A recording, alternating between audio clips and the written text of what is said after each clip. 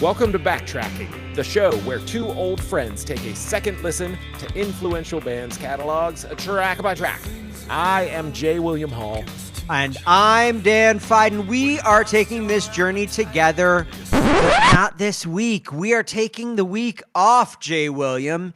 It is spring break time. It's time for the kids all around the world to frolic for a week. Generally a week, right? Yeah, spring break week, sure. Spring break go down week. to hit, Fort Lauderdale. Or, Panama, but Panama City. That's right. Daytona, baby. Yeah. MTV Spring Break. My wife and I last night were talking about this for some reason. This exact topic. This is so strange. And we were remembering, like, when we were kids, this is going to turn into a longer we're taking the week off episode than I intended for it to be. But I have to share this with you. Mm-hmm. We were talking about how it was pretty common for like young high school kids to be allowed by their parents to go down to like Daytona for the week for spring break. Not like, sophomores, but juniors and seniors. That was something that like a lot of kids did where I grew up. Not where I grew up. I don't remember people doing that. No, I mean, we were a little more, off the beaten path than Buffalo, like I'm sure maybe like the, suburban kids from the cities were doing all this. Like every time we had to go like into suburban Pittsburgh to play, one of the schools there, it was like visiting a gilded palace, and like really? we felt like these peasants like coming down out of the hills, and so I'm sure they were doing all kinds of stuff like that, but where I grew up, it was like spring break wasn't. I mean, it was thought of as a college thing, but not like, I don't remember it being a high school thing at all. Yeah, I wouldn't say that the majority of kids went down on their own to Daytona Beach or anything, but it was a non-trivial minority of the kids.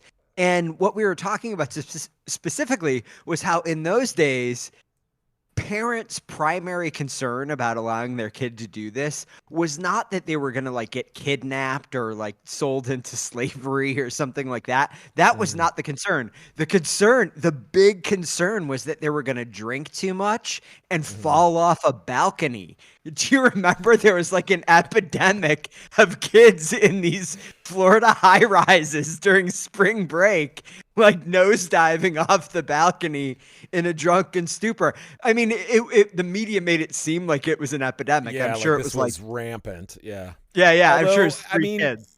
You don't hear about that anymore. At least I feel like I haven't in a long time. But when we were in Chicago, there was what seemed like an epidemic of porches collapsing.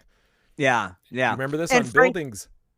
Yeah, and if you saw the porches on these buildings in Chicago, I mean, it was not surprising because they were, I'm shocked that ours. We were on the third floor. I'm shocked that ours didn't collapse because we used to sit out there and we would talk about like, if the porch started to collapse right now, what would you do? I would jump and I would grab onto the bars on the window. Like, do you remember talking about this stuff? Like we had it all. We were like, game planning for that. So maybe, back in the spring break of old, like there were, I don't know, low railings or something, and they were packing kids onto balconies, and I don't know. I don't know either, but in general, the world seemed to be a safer place, I guess, in a way, like, or at least like the parenting style. And it wasn't safer, but like the parenting style was more loose and kind of like we were more we were more comfortable with attrition. We were more comfortable with a few losses here and there. You know what I'm saying? Like, I mean, gotta break the laws a few of eggs. Darwin or whatever. Yeah. The laws of Darwin and decay, as the great man wrote, I believe. So in any case, enjoy your spring break out there. Please don't fall off of any balconies while you're hooting it up down in Panama City Beach. Yeah. Enjoy your time. We are going to enjoy ours, and we will be back next week with 60 Watt Silver Lining, Side A and Side B. So please tune in and take good care. Have fun, kids.